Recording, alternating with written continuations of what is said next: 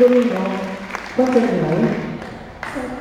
7. Facciamo un applauso più piccolino. Ma come si sta con tutte queste femminucce? Bene. Bene.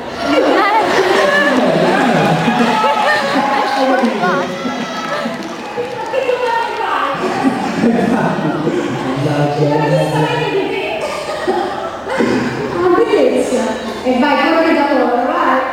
Poi giorno la costruzione piace. Ah, che ti ringrazio, veramente sei stato splendido, ragazzi, Grazie. Grazie. Ciao, dopo.